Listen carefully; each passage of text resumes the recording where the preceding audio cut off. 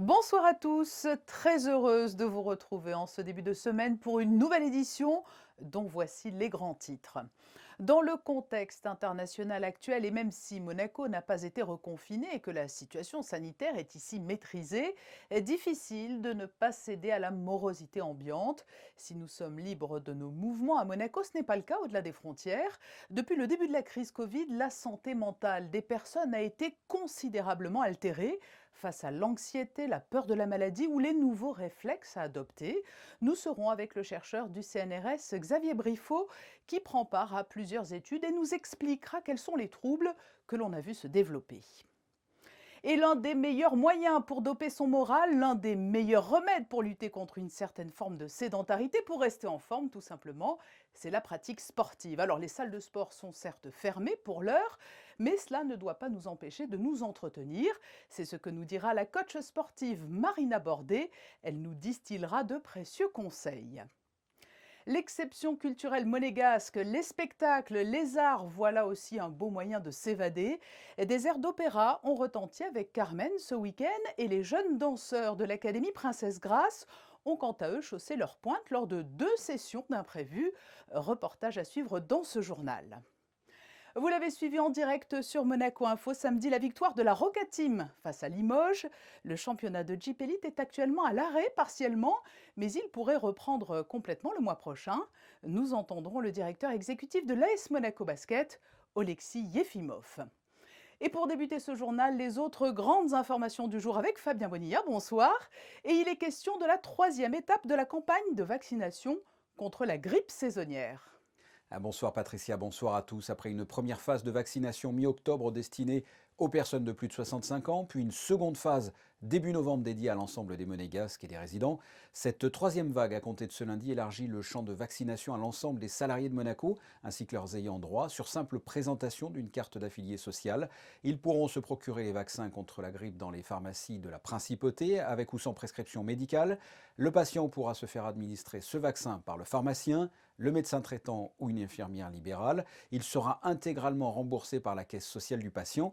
L'objectif est d'amener un maximum de personnes à se faire vacciner et donc de tout mettre en œuvre pour limiter le doute concernant les deux virus, la grippe et la Covid-19, qui pourraient circuler au même moment.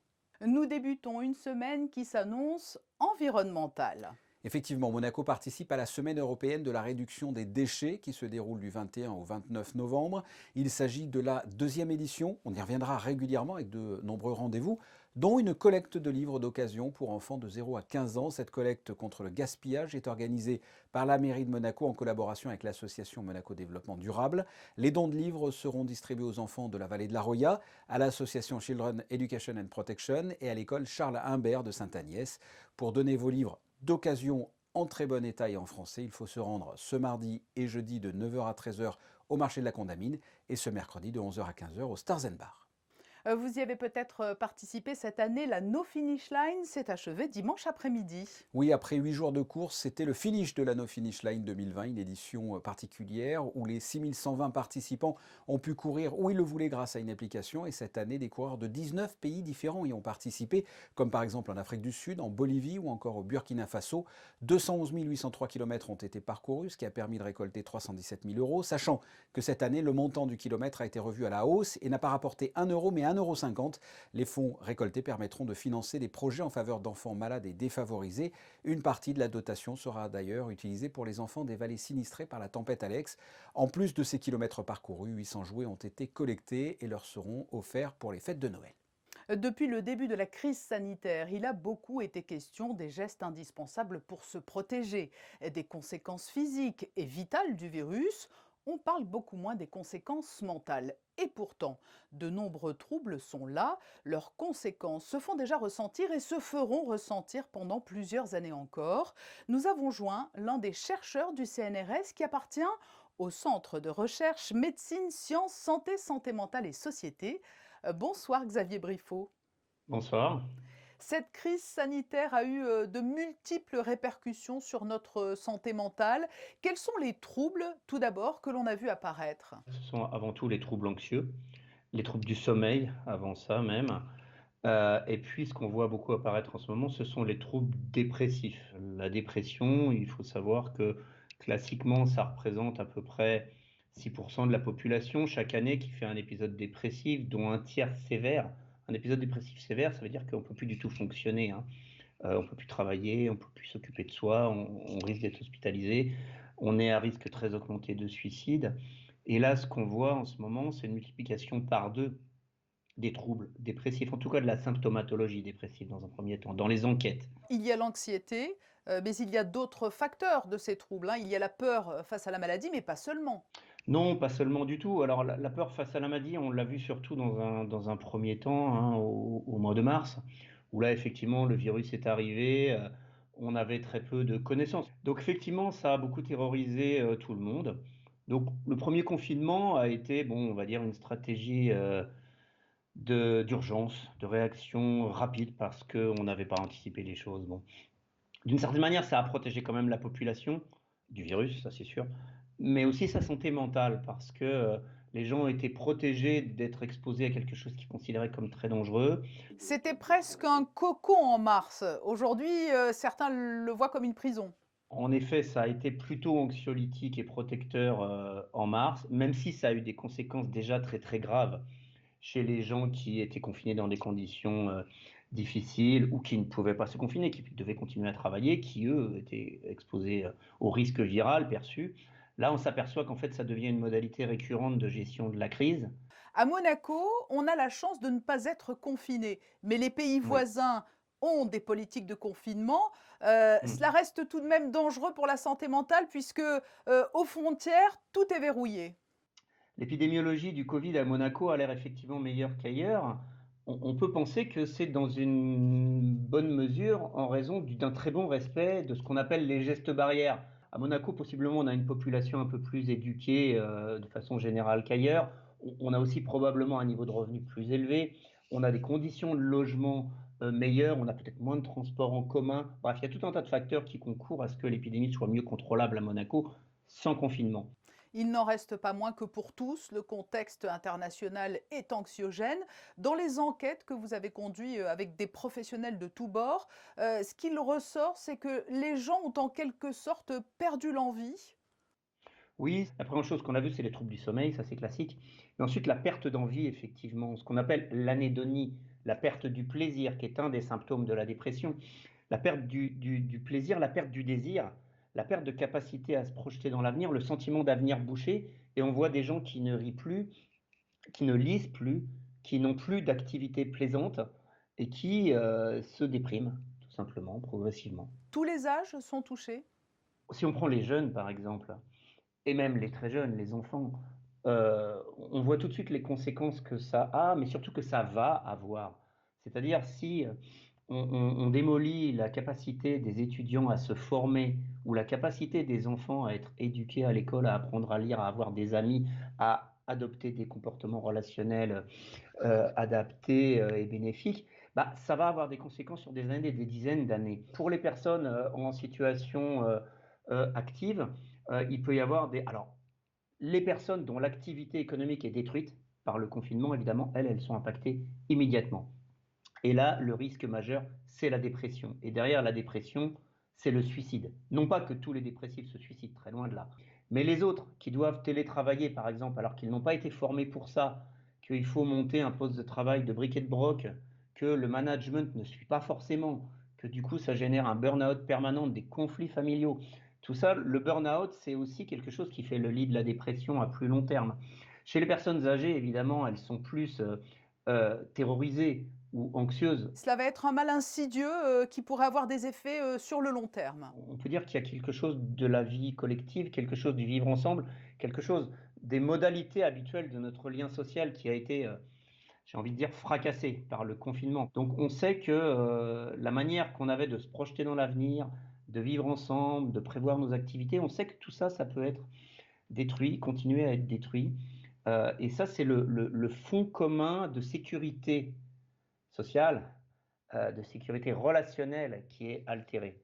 Vous n'êtes pas médecin, mais à travers les études que vous conduisez, vous avez certainement des clés, des pistes de réflexion. Comment aujourd'hui justement préserver sa santé mentale? Les médecins ont un rôle bien précis dans la maladie. Leur rôle, c'est de soigner. en particulier les médecins hospitaliers, réanimateurs, infectiologues, sont confrontés à des situations absolument dramatiques. Il faut d'ailleurs souligner que leur propre santé mentale, on doit en prendre soin. Par contre, il y a un phénomène qui est en train de se passer aujourd'hui, c'est que du fait qu'ils vivent des situations extrêmement difficiles et qu'ils ont peur de ne pas pouvoir apporter le service médical qu'ils aimeraient apporter à la population, c'est-à-dire pouvoir soigner tout le monde, du coup, on peut dire que quand même, ils font un peu comme les managers débordés en entreprise, vous voyez, ils transfèrent leur stress. Il y a des spécialistes de la prévention en santé publique. Il y a des spécialistes de la psychologie, de la psychiatrie. Je pense qu'il est important que ces spécialistes se mobilisent pour parler à la population en complément de ce que peuvent dire les médecins hospitaliers dans leur périmètre spécifique qui devrait rester le leur, celui du soin des patients hospitalisés infectés. Xavier Briffaut, chercheur au Centre de recherche médecine, sciences, santé, santé mentale et société du CNRS. Merci d'avoir été notre invité pour cet éclairage sur les conséquences de la crise sur notre santé mentale. Merci à vous. Samedi soir en direct sur Monaco Info, la Roca Team s'est très largement imposée face à Limoges, mais en raison du contexte, le championnat de Jeep Elite est au ralenti.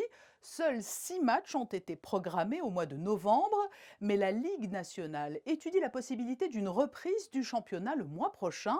Le comité directeur de la LNB se réunira ce mardi pour en discuter. Écoutez le directeur exécutif de l'AS Monaco Basket, Oleksiy Yefimov. I truly believe that our idea, which we expressed back in beginning of November, to keep going, will have more and more support from both from the clubs and from LNB itself. I think now the entire French basketball realized that we need to continue, because if we will not, then we will be not in the same situation comparing to our competitor leagues like rugby, soccer, handball, whatever. So I think that now we need to think that our main goal is to be united with our fans, even though that we cannot welcome them in the stadium, at least through TV and digital platforms, we need to be with them. Oleksiy Yefimov était interviewé par Émilie Rousseau. La Roca Team sera donc fixée ce mardi. À noter que les matchs d'Eurocup, eux, sont maintenus. Et s'il est indispensable pour les sportifs de haut niveau de garder un rythme soutenu malgré le contexte et malgré une activité moins dense, pour tous, plus généralement, la pratique sportive est très importante. Elle fait du bien au corps, mais pas seulement, au moral aussi, alors que l'on évoquait avec Xavier Briffaut l'altération de la santé mentale comme conséquence de cette crise. La coach sportive Marina Bordet est avec nous. Bonsoir. Bonsoir. Comme beaucoup d'autres coachs, comme les salles de sport, vous êtes à l'arrêt. Comment gérez-vous cette situation ? Alors on essaye de s'organiser autrement, de trouver des solutions pour que les élèves puissent continuer de pratiquer, pour moi pouvoir continuer d'enseigner. Par exemple, il y a les cours privés qui peuvent continuer, on essaye de faire du suivi aussi par internet, via les applications qui permettent de voir les élèves. Certains ont des programmes à la maison, on s'organise. Que vous disent les personnes qui suivaient vos cours et qui se retrouvent privées d'activités sportives ? Alors ça leur manque de venir en groupe, de partager avec les autres élèves. Ils essayent de garder une pratique personnelle, donc j'essaye de les motiver en leur expliquant que c'est important aussi d'avoir une pratique personnelle, que ça permet de se redécouvrir, de peut-être être un peu plus à l'intérieur de soi, et que dès qu'on pourra, on reprendra tous ensemble. Il y a donc encore des cours privés, mais est-ce que vous avez recours, vous aussi, à ce que l'on a désormais coutume d'appeler le distanciel, et est-ce que cela fonctionne bien ? Est-ce que c'est une bonne alternative ? Alors c'est une alternative qui permet de garder une pratique, qui permet de garder la motivation. Après évidemment, en distanciel, on ne retrouve pas la même chose puisque je vois les élèves sous un seul angle, parce qu'il n'y a pas une présence physique, il n'y a pas cette motivation physique. Donc c'est vraiment une alternative temporaire, mais on espère à terme pouvoir recommencer des cours tous ensemble. On a le sentiment qu'il y a eu une petite guerre des réseaux ou une OPA des réseaux par les coachs sportifs. Il est désormais indispensable d'être présent sur les réseaux tels qu'Instagram, Facebook. Il faut occuper le terrain. Oui, je pense qu'il faut aller avec son temps et c'est vrai qu'il y a une grosse partie à notre période qui est via les réseaux. Après, je connais aussi un certain nombre d'autres professeurs qui ont d'autres formes de fonctionnement et pour qui ça marche aussi. Mais c'est vrai qu'il y a vraiment une tendance maintenant à utiliser les réseaux, ne serait-ce que comme je disais pour la motivation, pour garder quelque chose puisque les gens sont sur les réseaux une partie de la journée. Et voilà, comme ça ils ont une impression de garder un groupe, une activité, quelque chose actif, continuel. Vous êtes coach sportive, mais vous enseignez également le yoga qui connaît un engouement qui ne se dément pas.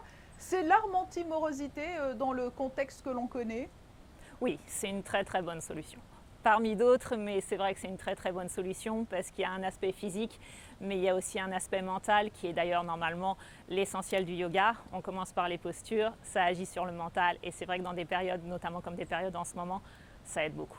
Oui, alors j'allais y venir, vous travaillez sur le physique des gens, mais est-ce que, comme nous l'évoquions avec notre précédent invité, Xavier Briffaut, vous ressentez une grande lassitude morale? Oui, vraiment, notamment cette semaine. Beaucoup d'élèves ont eu un coup, quelque chose. Je pense que c'est la durée qui fait que c'est difficile pour eux parce que c'est vrai que le confinement est beaucoup plus léger, même en France. Mais voilà, le fait que ça dure, c'est difficile. Donc ils en parlent, ils le communiquent et on essaye de traiter ça, d'améliorer le moral, tout avec le yoga, avec tous les outils qui nous sont possibles. Vous allez donc voir certaines personnes en privé, mais pour les autres qui faisaient partie de vos cours d'enseignement et qui ne peuvent plus vous suivre directement, quels précieux conseils leur distillez-vous pour garder le moral et la forme? Alors j'essaie de leur dire de continuer de pratiquer, notamment je préfère qu'ils pratiquent 10 minutes tous les jours qu'une heure dans la semaine pour essayer de garder quelque chose. Le corps, l'esprit, tout aime la régularité. Donc il faut vraiment, quitte à ce qu'ils prennent leur tapis, 10 minutes, faire quelques postures qu'ils connaissent, un petit peu de méditation et voilà, de garder comme ça cette habitude pour que ça se pérennise. Beaucoup de professionnels nous ont confié que cette crise leur avait permis de se réinventer. Est-ce que cela vous a vous aussi, dans un certain sens, inspiré ou donné des envies d'autres pratiques? Oui, définitivement. C'est vrai qu'on dit que toute période difficile pousse au changement parce que quand on est dans une routine, évidemment, on n'a pas envie de sortir de sa zone de confort. Donc le premier confinement m'a donné du temps, qui m'a donné envie de faire un paquet de nouvelles formations, d'apprendre un tas de choses que je partage avec les élèves maintenant. Et puis c'est vrai que ça m'a poussé aussi vers des choses, notamment toute cette partie en numérique, tout ça, que l'ordinateur pour moi c'était vraiment pas ma partie du travail. Et voilà, ça pousse à sortir de sa zone de confort, de trouver des nouvelles solutions et après on est content de le faire. Et on se dit finalement, cette situation qui est difficile a ses côtés positifs puisqu'on évolue en tant que personne, professionnellement, dans l'adversité. Merci Marina Bordet pour votre témoignage et ce positivisme que l'on vous connaît. Merci à vous. Nous retrouvons Fabien Bonilla avec une tradition en principauté, la célébration de la Sainte-Cécile. La sainte patronne des musiciens, Sainte-Cécile, est fêtée en principauté le dimanche qui suit la fête nationale. Comme le veut la tradition, les différentes composantes musicales se sont rassemblées en la cathédrale pour fêter en musique leur sainte patronne devant de nombreuses personnalités. Elles vont arriver vite, pensons déjà aux vacances scolaires de fin d'année. Les réservations pour l'inscription au centre de loisirs pour les prochaines vacances scolaires sont ouvertes dès ce lundi et ce jusqu'au vendredi 4 décembre via l'espace en ligne sur le site du gouvernement. Pour rappel, la direction de l'Éducation nationale de la jeunesse et des sports organise pendant toutes les vacances scolaires un service public d'accueil pour les familles dont les enfants sont scolarisés à Monaco et dont les deux parents travaillent. Et une idée de sortie pour terminer. Avec la projection du film L'Emprise à la bibliothèque Louis Notari ce mardi à 17h30, un film sur le calvaire d'une femme battue par son mari pendant 14 ans. La projection sera suivie d'un débat dans le cadre de la journée internationale pour l'élimination de la violence à l'égard des femmes. Une sortie qui a particulièrement intéressé les amateurs de danse samedi. 2 représentations des imprévus des ballets de Monte-Carlo ont été données, mais cette fois avec l'Académie de danse Princesse Grace. Jean-Christophe Maillot n'était pas bien loin cependant. C'est un reportage de José Sacré et Thomas Deus.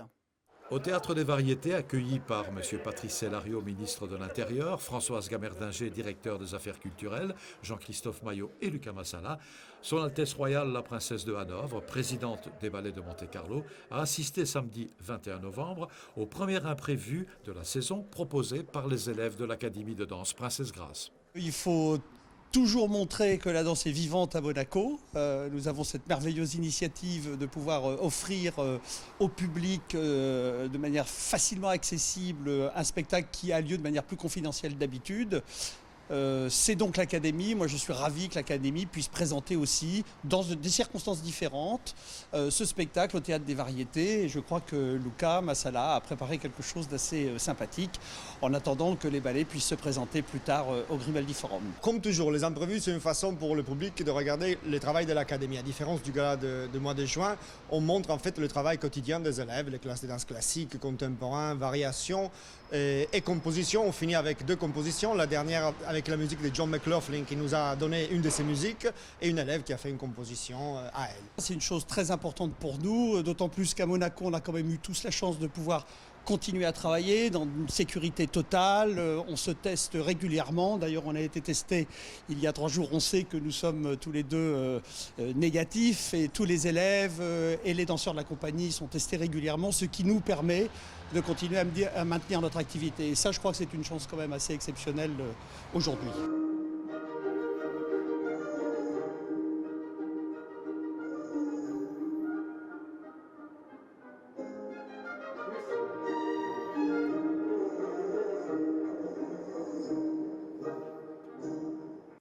Passons aux prévisions météorologiques. Quel temps va-t-il faire ce mardi 24 novembre ? Eh bien, la journée sera très agréable avec beaucoup de soleil et très peu de nuages. En ce qui concerne les températures, comptez de 8 le matin à 12 degrés au meilleur moment de la journée. Le soleil se lèvera à 7h36 pour se coucher à 16h58. Et ce mardi, nous fêterons les Floras. C'est l'heure de refermer cette édition. Merci de nous suivre quotidiennement sur Monaco Info. Vous le savez, nous nous quittons en photo. Le sport reste l'un des meilleurs échappatoires pour garder le moral ou se changer les idées. Et d'ailleurs, cela se constate sur le littoral monégasque où vous êtes nombreux à profiter des conditions idéales actuelles, comme ont pu le constater les photographes Manuel Vitali et Mickaël Alési. Très belle et douce soirée à tous. Nous nous retrouvons demain à 19h.